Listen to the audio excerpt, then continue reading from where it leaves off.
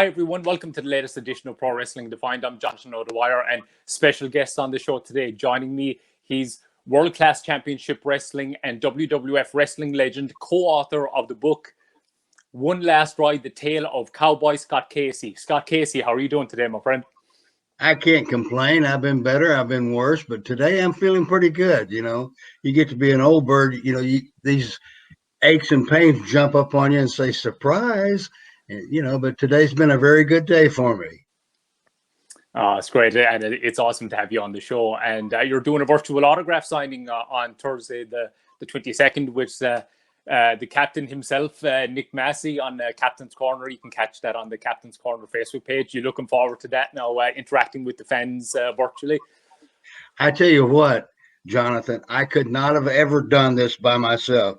Nick is a godsend and a true friend, and we've had a lot of fun together. It took us probably a little over a year to get the book straight the way we wanted it, and they made a cover of it. If you don't mind, I'll show it to you. Oh, absolutely, yeah. And this was me back, girls, when I was young and full of it, I guarantee you. And different people. I've got the Cowboy Lang. I've got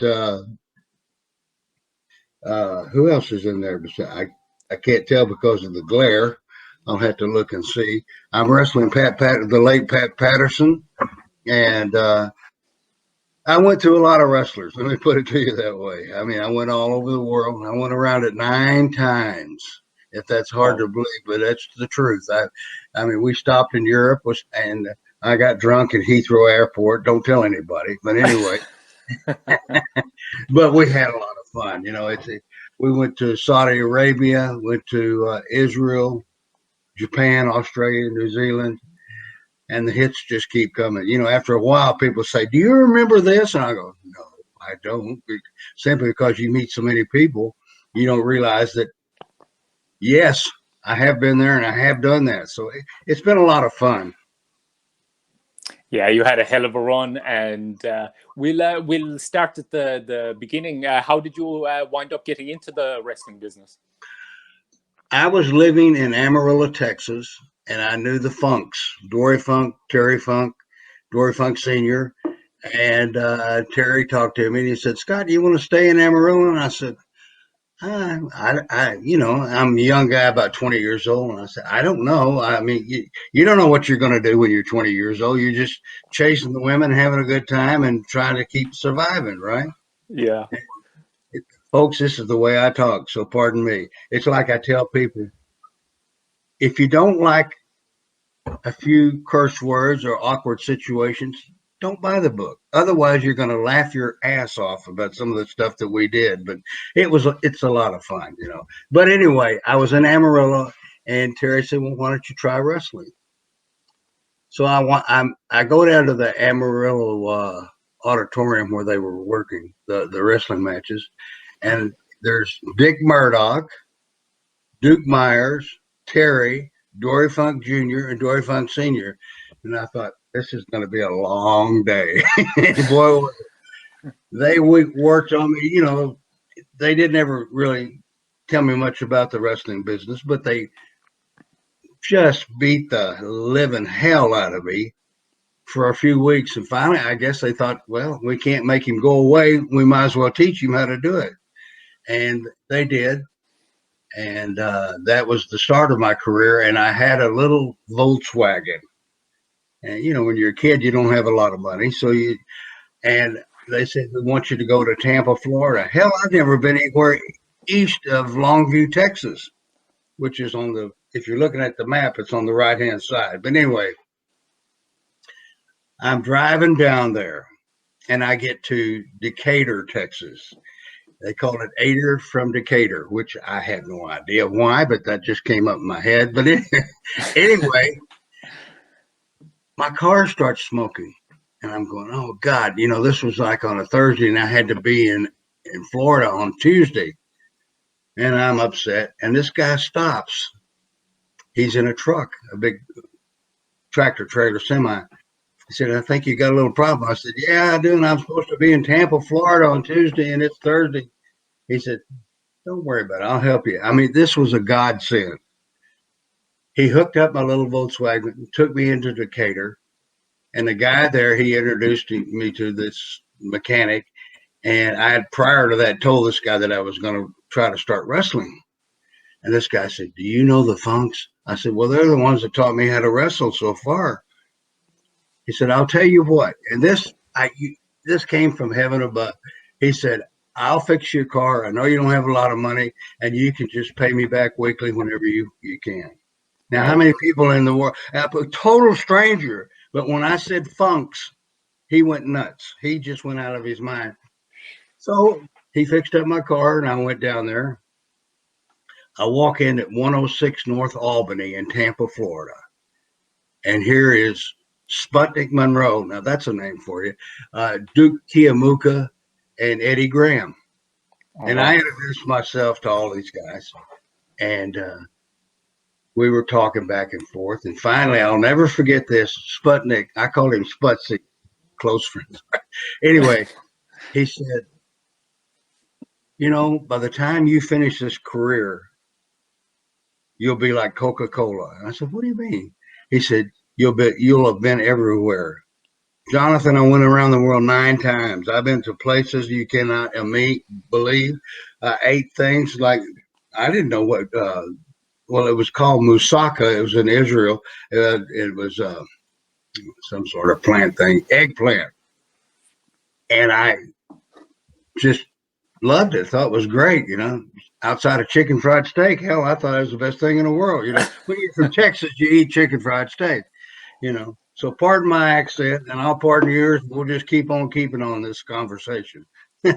Yeah, yours is definitely better than mine anyway. Like most people can't even pin mine down, like, so even over here. You know, go ahead. I'm sorry. Oh no, go ahead. Oh, you're okay. I was just going to say, you learn to eat a lot of humble pie whenever you age, and you don't realize it. You know, aging is an unconscious thing that happens to all of us. And I look at things now and I go, I can't believe I actually did that, or I look that way, or you know, it just amazes you. It amazes me that I'm still kicking, let alone doing that. I mean, I had a lot of close calls, and but I'm still here. Good Lord willing, I'll be here for a little bit longer, and I really enjoy this. Nick flew me in from. I live in Junction City, Arkansas, and I drove up to Hot Springs, Arkansas, and a dear friend of mine, Bruce Swayze, lives up there. This guy's got a house that you and I could live in each end of it and never see each other. It's so big. But anyway, I was there and I had a good time. And then I drove to, I'm trying to remember. It's so fun getting senior moments. I forget things sometimes, but anyway, it'll come to me anyway. I flew out of Arkansas, Little Rock. That's it, International Airport, and flew up to Charlotte, and then from there, I flew into Bristol, Connecticut. Actually, not that part of it, but it was close by, and all due to Nick. You know, he helped me with the book. I mean, he just was tremendous help. I mean, you know, when you're dumb as a box of rocks, like I can get real sometimes, you forget a lot of things. But he brought back memories, and we employed them into the book, and it just has gone bonkers. I mean, people really like it, and I keep telling them, say, look, if you don't like a few X-rated words or situations, don't buy it. Otherwise, you know, when you're young, you're crazy, you'll do almost anything to have fun and to have a good time. And I did, and I'm not going to deny it. And I enjoyed every minute of it. I still do it. I don't know. Does that make me perverted? Who knows? Anyway, how's the weather in Ireland? It's actually really good today, believe it or not. I mean, we're known for, you know, as people say, Ireland is where the clouds come to park. But today is really good. The sun is shining. Like, it was bad for most of the week, but today now, sun is shining bright. Like, it's really warm. So we got a good day today. Well, that's good. Good. And anybody that wants to get a signed copy of the book, The Tale of Cowboy Scott Casey, One Last Ride, you can get it on Captain's Corner's Facebook page tomorrow night, Thursday the 22nd. Signed copies and signed photos and everything available. So just go to the Captain's Corner Facebook page. But so we'll move on to you worked quite a bit for Joe Blanchard's territory, SCW. And you worked with Tully Blanchard there as well. What are your memories of Joe and Tully Blanchard? Well, it's funny. I had wrestled for about, I'm going to say 10, 12 years. And I got a little disheartened with it. So I left the business for about 6 months, and I worked for a burglar and fire alarm system in Amarillo. And I get a phone call one day, and it's Joe Blanchard and Tully and Wahoo McDaniel. We're doing like a 4-way call there. And they asked if I would like to come down to San Antonio and do a show with them. Sure, why not? You know, they're going to pay me, fly me down, pay me, fly me back, put me up for the night. I'll take care of that. That's good. Anyway, I get down there, and I'm wrestling Tully. And Tully and I were pretty close to the same size, and he was the heel, and I was the baby face. For all of you people that don't know what that is, good guy and bad guy. Anyway, we get out there, and I got over so well as a baby face, they immediately switched it. They made him the heel and me the baby face. Wow. And I kept going back. I would fly back to Amarillo, and that's where I lived. And they kept bringing me down. Finally, they said, "Would you mind coming down permanently?" I thought, I got nothing else going on in my life right now. And so I left all my girlfriends. Anyway, and went down there to make some more. And yes, girls, I was pretty back then. But anyway,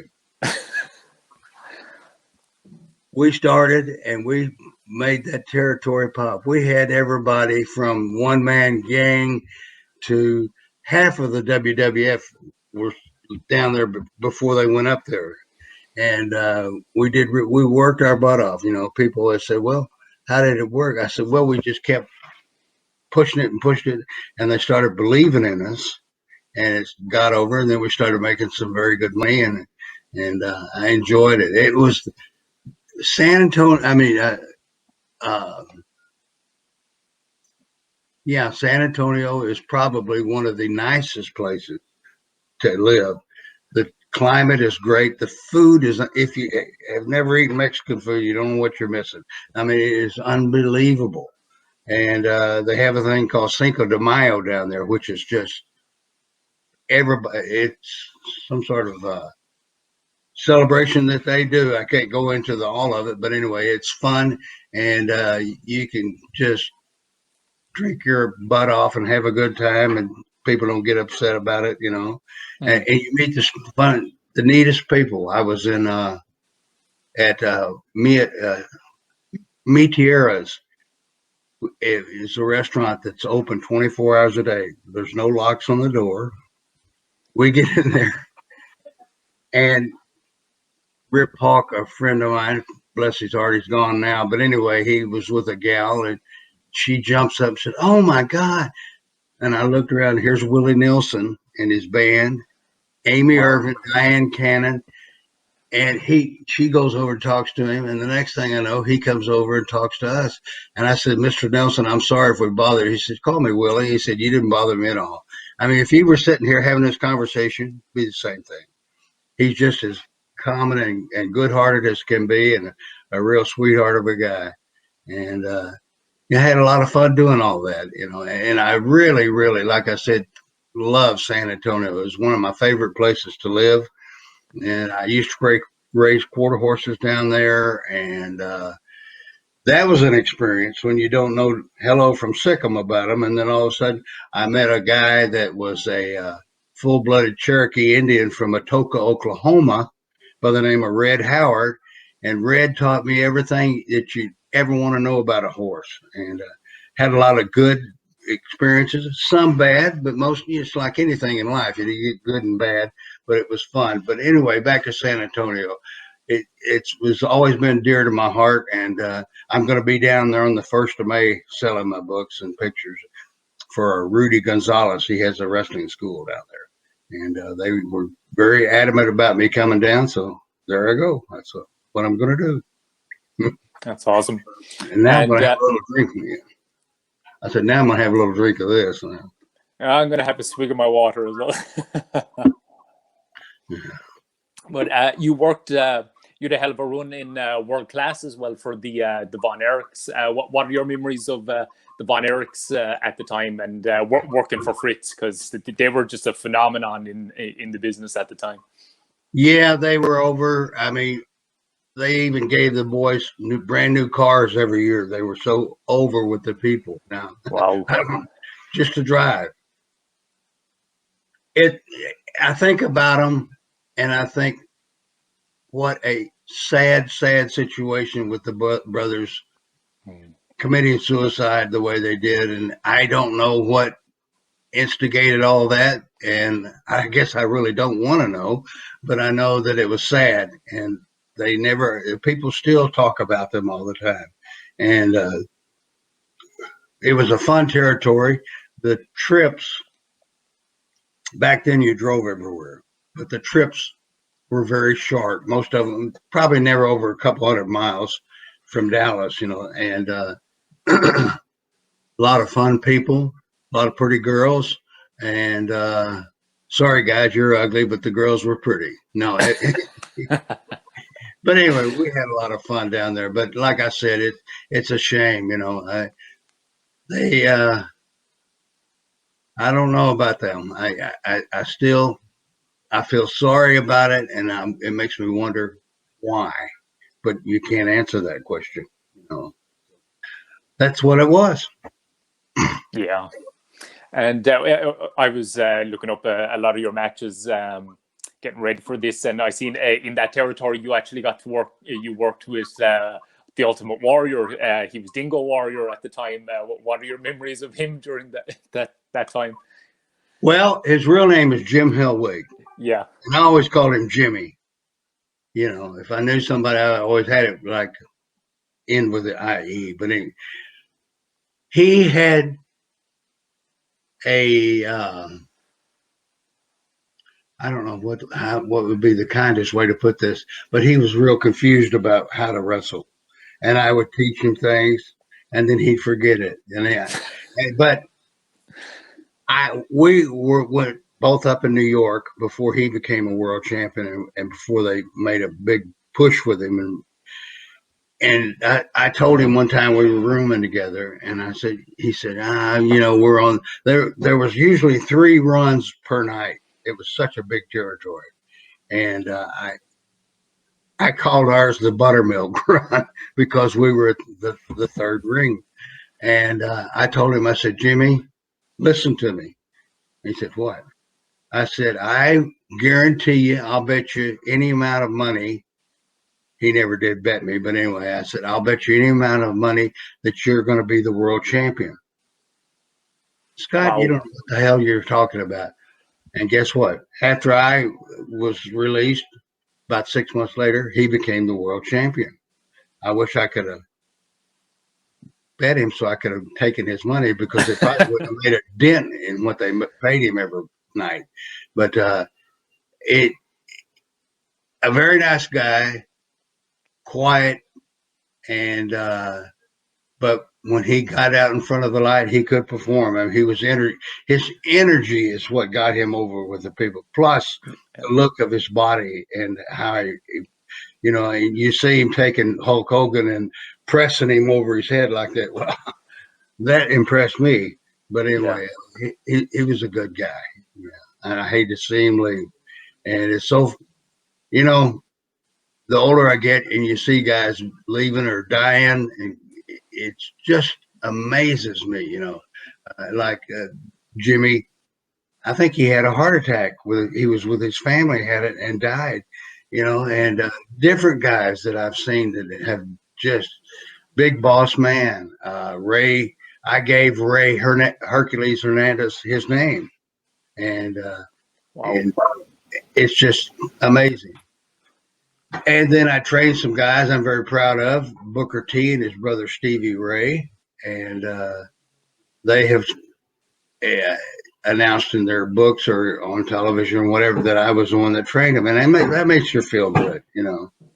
And did I get rich off of that? Hell no, but they did. You know, but it's you know, that's the way life is. We live, we die, and what you do in between is what counts, I guess. You know, but it's And your legacy carries on with those guys that you trained in as well. You know, I'm saying sorry. Say that again. Your legacy continues with the guys like them that you trained as well. Yes, yes. It's I'm very proud of it. You know, when I first started, I had a chance to go to the Carolinas, and I was there for a couple of years. George Scott was the booker, and I wrestled all of the greats. I'll never forget wrestling Johnny Valentine, Greg's father. And I'm in the behind the curtains waiting to go out. We were doing High Point TV. And he said, Scott, do you know anything about Johnny Valentine? I said, no. And he pushed me out and he said, fight for your life. I went, what? Here's this monster. He's about 6'3" and about 255. And I'm about 245. So we're not that far, but I'm not anywhere near as tall as him. And we get out there, and Johnny, like a lot of the old timers, I don't know how they do it now, but he got me in the ring and he was beating me like a red-headed stepchild. I mean, he just wailed the pee out of me and knocked me out on the apron. And I'm sitting there thinking to myself, you know, by God, I'm 1,500 miles from Texas, but I'll be damned if I'm going to let anybody hit me and not give them a receipt. That's an unknown code among the wrestlers. If you potato me, which is like that, sincerely, I'm going to get you back. You might as well get ready for it. Anyway, he knocked me out of the ring. I got up on the apron, and he's talking to an old-time referee, Angelo Martinelli. I grabbed his hair, reached up, yanked his head back, and I'm telling you, Jonathan, I hit him harder than I've ever hit another man in my life. And I slammed it across his chest. His knees buckle, his eyes crossed, and he says, I love it. Now, what the hell is that? I call it sadomasochistic. I mean, the son of a bitch, you couldn't hurt him as long as you didn't hit him in the privates or in the nose or eyes or something. But I mean, he was, you know, and after that, he was just as light as a feather. And you know, they want to know if the young guys got any metal in them or they're all marshmallows, you know. So yeah, I earned his respect with that. And afterwards, I told him, I said, I thought you were going to beat me to death. Nah, I'm just giving you a couple of love taps. Hellfire, you know, but you know, it's just some of the things that the wrestling fans would never, ever hear or see. I tried to put a lot of that into the book, and I think it worked out real well. Definitely. And speaking of him, he was meant to be quite a ribber as well, wasn't he, Johnny Valentine? Yes, he was. We were in Madison Square Garden in New York, and I went to the ring, did my thing, came back, and I went to my bag, and I'm going, what is that smell? As I'm looking at you and got my right hand to God, Johnny took some of his excrement, put it up in a elephant butt chewing tobacco bag, wrapped it up and put it in my bag. He was doing stuff like this to people. He didn't care who it was. He didn't care if they got mad. But back then, that's the way guys were. You know, I don't know how they are now because I haven't been in the dressing room with them for a long time. But you get guys that love to rib, and he did. He didn't care what you thought of it or who you told it to or how it would come out. That was just Johnny. And God bless him. He's gone also. But I told his son about that. And he said, yep, that's Dad. And funny things. Oh, that's brilliant. But another guy you worked with in World Class was Bruiser Brody. You even worked with him when he was doing the whole Red River Jack gimmick. What are your memories of Brody from that time? Well, I will say one thing. I had a long rider coat. I mean, it went from all the way down to your ankles, and it was kind of a tan color thing. The Cowboys used to wear them in the old days, and he wanted to borrow mine to be Red River Jack. It got over fairly good. Everybody knew who it was. I still hadn't figured out why they wanted to do that. But anyway, Frank, his name was Frank Goodish, and he said he was getting ready to go to Japan, and he said the Funks, we were in Amarillo territory, and they said we want to put over Ricky Romero or Terry or somebody for the Western heavyweight belt. And he said, I'm going to put him, and he pointed at me. How are you going to tell a guy that's 6'6" and 300 pounds he can't put whoever he wants over in the ring? No, you're not going to do that. And Frank had that type of personality.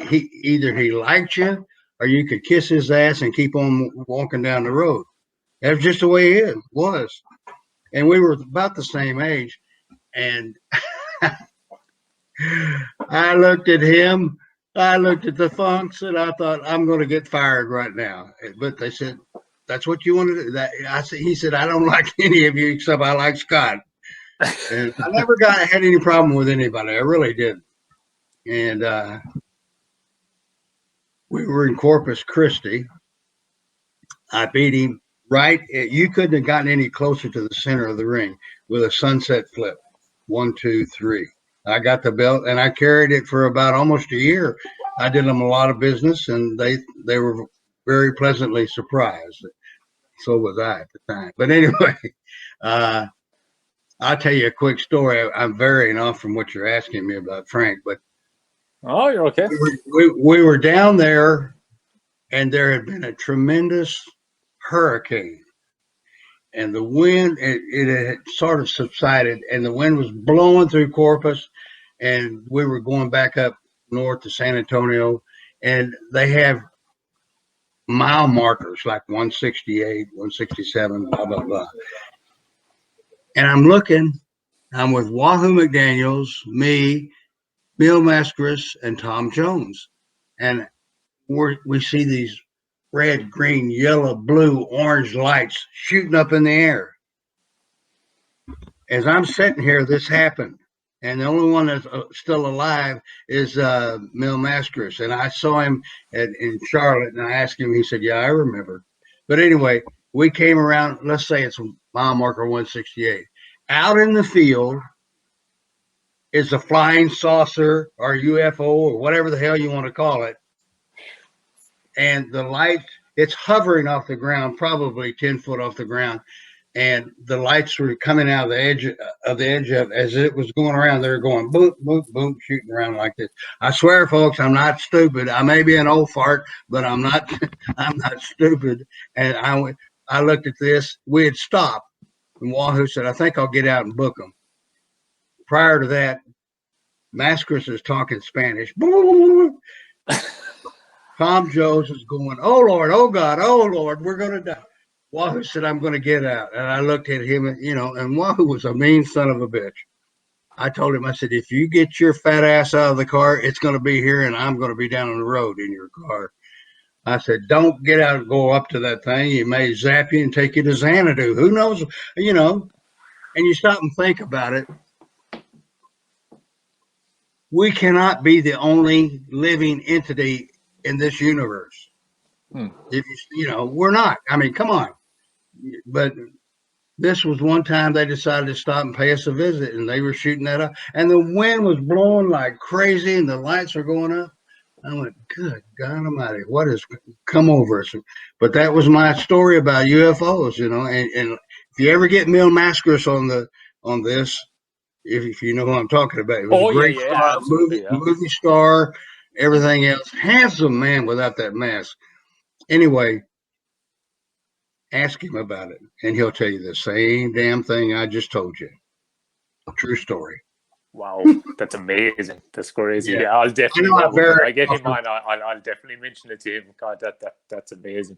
But you moved on to WWF, and one of the first guys you did a series with was Ron Bass. What are your memories of Cowboy Ron Bass at the time?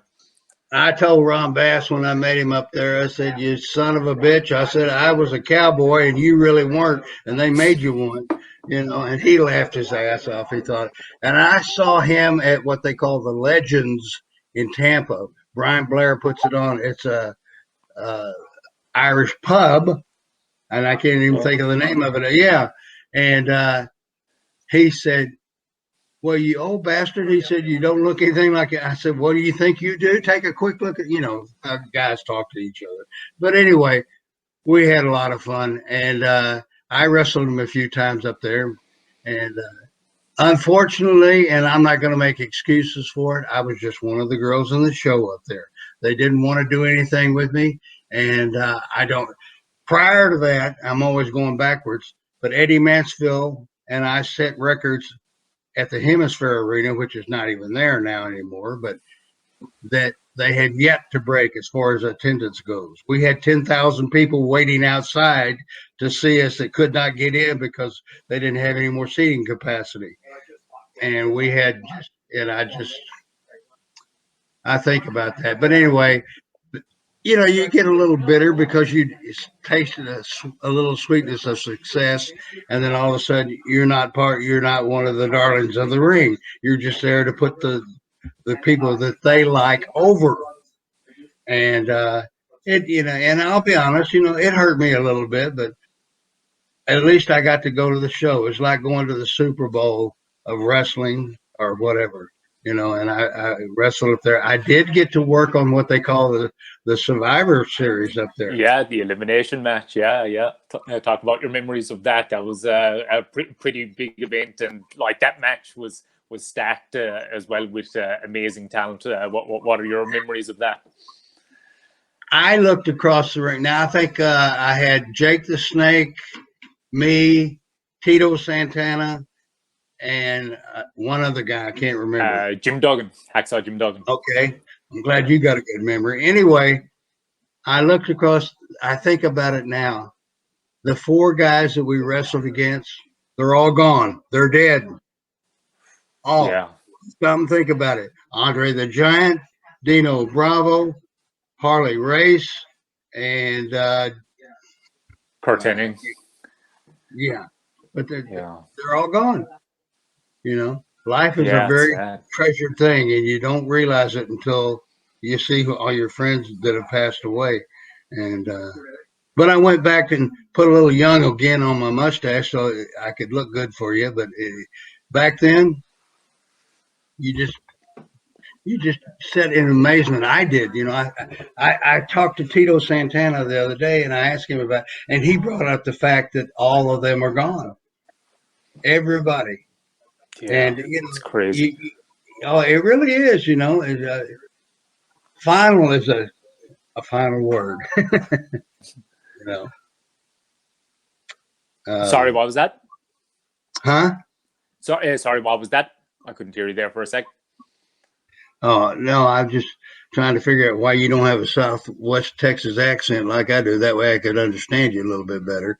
No, it's just my hearing and your a way of saying words sometimes gets to me, but we're getting through it pretty good. I think. Oh yeah, no, it's been great. One other guy that you worked with in WWF, you had quite a few matches with, was Big Boss Man, Ray Traylor. What are your memories of working with Ray Traylor? I loved Ray Traylor. What a great guy. He was big man, like 6'4", 6'5", almost 300 pounds. And I'll never forget, one night we were in Des Moines, Iowa, and we were going to fly to Springfield, Illinois. It was me, Big Boss Man, Ray Hernandez, and Hulk. And we're standing there getting ready to leave, and Hulk said, "You guys want to fly with me?" He said, "I'm by myself, and I got all this beer and stuff." I said, "Say no more. Lead me the way." So anyway, we all got in the plane. Now listen, you got a Learjet waiting outside. We had a what do you call it? The guy that, I mean, I'm trying to think, chauffeur. They took all our, yeah. The hard words get to me, folks. Anyway, we go outside. He grabs everybody's bag, puts them in the trunk of the Cadillac. We all pile in there. We go to the airport. Here's another chauffeur. He takes the trunk, the bags out, puts them on the Learjet. We get on there. Hulk is the last one on. He said, look, he said, I got a couple cases of beer here, and meat and cheese, one of those platters you can get. I thought, is this how the other half lives? I mean, this man was just phenomenally nice. If he liked you, like most everybody, if he liked you, he'd do anything in the world for you. And he wanted us to fly with him so he'd have some company to go to the next city. And he said, just cash in your check or your ticket and keep the money. I'll tell Vince. Okay, fine. So up in the WWF or WWE, when they have TV, they'll have a somebody there that hands out the next stack of tickets, and I guarantee you they got to be this thick for different places. If you lose one, you got to pay for it, so you damn sure don't want to lose your tickets. But it was amazing how they run their organization and stuff like that. I'd never been around something like that. I was on these little towns and things like Amarillo and Oklahoma and places like that, but it was quite an experience. But anyway, back to what I said, the chauffeur picked up our bags, put them in the trunk, and he said, Mr. Hogan, what time would you guys like to go to the gym? He said, 10 o'clock sounded good to you guys? I said, sure. 10 o'clock, he's waiting for us, and we get into his limo. He takes us to a gym. We work out, takes us back. I said, amazing. Here we were riding in cars and our ass is getting tired and everything, and here he is in a Learjet taking us around. I thought, what an unbelievable experience it was. And it was because he was a franchise, and he made the company. And they have guys there now, which are they're stars, but there'll never be another Hogan. I don't care what they say or do. I mean, when you're 6'7" and 300 pounds, you look at this guy and go, my God.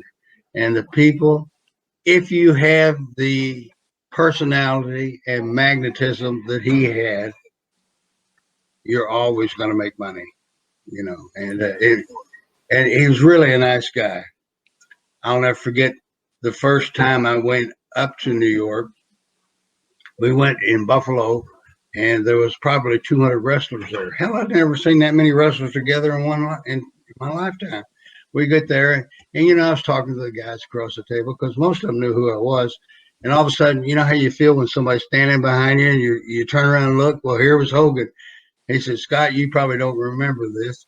He said, but I watched you wrestle in Florida. He was from Florida also. And I watched you wrestle. And I said, I remember you. I said, you bulked up a little bit, didn't you? Because he was thin and skinny, And then all of a sudden, because he played, I think the bass guitar. I'm not very sure. But I think it was the bass. And he just said, I'm glad to see you up here. I said, well, thank you. And then after I got on the lower end of the spectrum as far as the wrestling part, I was going to say, what happened to me being up here? But I didn't. And I guess it's just my ego saying, because when you set records somewhere and you go somewhere else and you've got the broom and the mop, and that's the way it goes, but if they want to use you, they're going to use you. If they don't, you're not going to be figured in. That's how they figure it. You're either figured in or you're figured out. It can be a cruel business, but so can life, right? Absolutely. But just one last thing before I leave you go. just going backwards, actually, in Blanchards territory, you won the Southwest heavyweight title from Adrian Adonis. What was that moment like, and what was Adrian Adonis like to work with? It's great to be known as a world heavyweight champion. And his real name was Keith Franks, but Adrian Adonis is what he went by. But he and I made sure I made friends with him because he could be a mean son of a bitch and he could hurt you in the ring. He knew how to do it. I'm seriously. And if I'm using too many curse words, folks, pardon me, but I'm an old man and that's just the way it goes. Anyway. All good, man. All good. Adrian was a pleasure to work with. And I told him a lot of times back when I was wrestling, you beat somebody, you whisper in their ear, thank you for the match. Respect. Because it's just like I said to somebody, I said, you may have made the money, you may have been the star, but we're the ones that put you over. I guarantee you half the guys could have whipped half the stars' asses. And that's not being bitter. It's just the way it was, you know. Yeah. So I don't know. It's been awesome having you on. Do you want to give the book one last plug before you go? Tale of Cowboy Scott Casey, One Last Ride. And I tell people it's 240 pages of tickles, tackles, and drop kicks. And they'll understand that. But listen, it's been a pleasure talking with you. If you ever get to South Texas, I'll teach you how to talk Texan, okay? Oh, definitely. Yeah. Beat this Limerick accent out of me. No, but thank you very much for having me on. I appreciate it. Yeah, it was an absolute pleasure having you on, man. And again, anybody that wants to get a signed copy of his book, One Last Ride, The Tale of Scott Casey, you can get it on Captain's Corner on Thursday the 22nd, tomorrow night. Captain's Corner Facebook page, or you can get in contact with Nick on the Captain's Corner Facebook page if you want a copy of the book in future or anything. So thanks again, Scott. It's been awesome having you on, man. Oh, thank you. And I want to thank Nick Massey again. Like I said, I couldn't have done it without him. Come on, big boy. Right, Nick? Oh, hey, I didn't know I was being called in. Yeah, sorry about that, guys. Yeah, no, I thought Scott was just bringing me up. So cool to have Scott. I know we've talked before, Jonathan. Just recently, we did a fantastic conversation. So great to have Scott sit down with you. Jonathan's a huge fan of the old school wrestling, how we liked it. With everyone will be able to read about in One Last Ride, our book, Cowboy Scott Casey. Thank you for plugging the show, Jonathan. But yeah, we're looking forward to tomorrow night. Yeah, awesome stuff, guys. All right, tell all the Irish lasses. I said, tell all the Irish lasses I said hello. I will do. Awesome, brother. All right. Thank you for tuning into Pro Wrestling Defined on YouTube. Please like the video if you enjoyed it, and subscribe to the YouTube channel to keep up with all future content. And please follow Pro Wrestling Defined on Twitter, Instagram, and like us on Facebook.